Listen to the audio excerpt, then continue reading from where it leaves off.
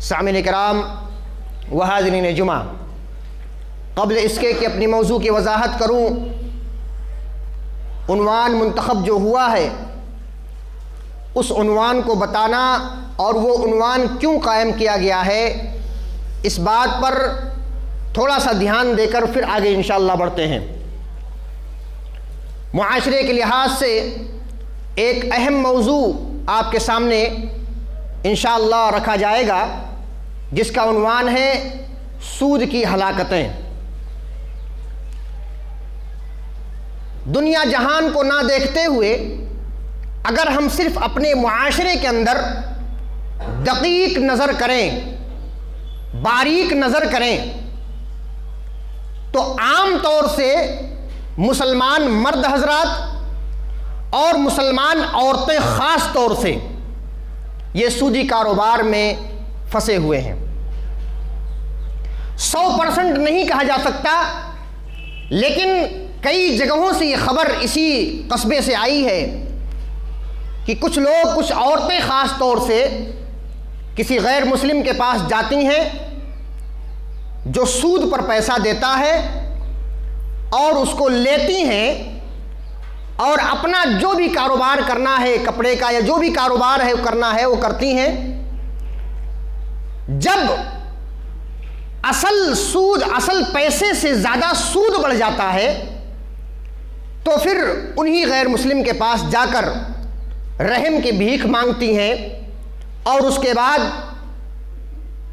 ہر وہ کام کرنے کے لیے وہ تیار ہوتی ہیں جو کام ایک مسلمان عورت کو نہیں کرنا چاہیے۔ یہ ہمارے علاقے کا ایک ناسور بنتا ہوا جا رہا ہے۔ اس کی وجہ کیا ہے آپ جانتے ہیں۔ وجہ یہ ہے جلد امیر ہونے کی خواہش،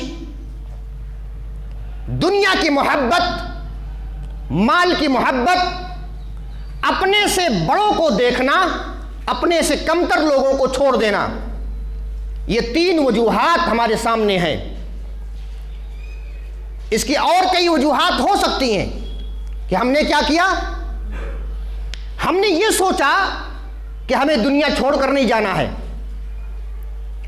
ہم نے یہ سوچا کہ مال کی محبت ایسی اپنے دل میں بساؤ کہ دنیا جہان دیکھتی رہ جائے، ہم نے یہ سوچا کہ ہمارے سے بڑا ایک شخص ہے جو بلڈنگ میں رہتا ہے، کار چلاتا ہے، بڑی بڑی گاڑیاں کھڑی ہیں اس کے گھر کے سامنے، تو ہمارے پاس کیوں نہیں ہے۔ جلدی مالدار بننے کی خواہش نے، دنیا کی محبت نے، مال کی محبت نے، اور اللہ پر بھروسہ بھی ایک چیز ہے کہ ہمیں بچوں کی شادیاں، لڑکیوں کی شادیاں، بچوں کی شادیاں کرنے پر ہمیں اپنے قوت بازو پر یقین نہیں تھا۔ لہذا ہم میں سے بعض مرد ایسے حضرات ہوتے ہیں کہ ان کے ہاں ابھی اگر بچی پیدا ہوئی تو اسی وقت تقریباً 1 لاکھ روپیہ بینک کے اندر جمع کر دیا اور یہ سوچتے ہیں کہ وہ 1 لاکھ روپیہ 18 سال تک اسی بینک میں پڑا رہے تو وہ 1 لاکھ روپیہ تقریباً 3-4 لاکھ روپیہ بن جائے گا۔ تب جب 3-4 لاکھ روپیہ بن جائے گا اس کے بعد ہم نکال کر اپنی اسی بیٹی کی شادی کریں گے۔ یہ سود ہے۔ وہ قوم کیسے فلاح یاب ہو سکتا ہے جو اللہ سے لڑنے کی کوشش کرتا ہے، فطرت سے لڑنے کی کوشش کرتا ہے،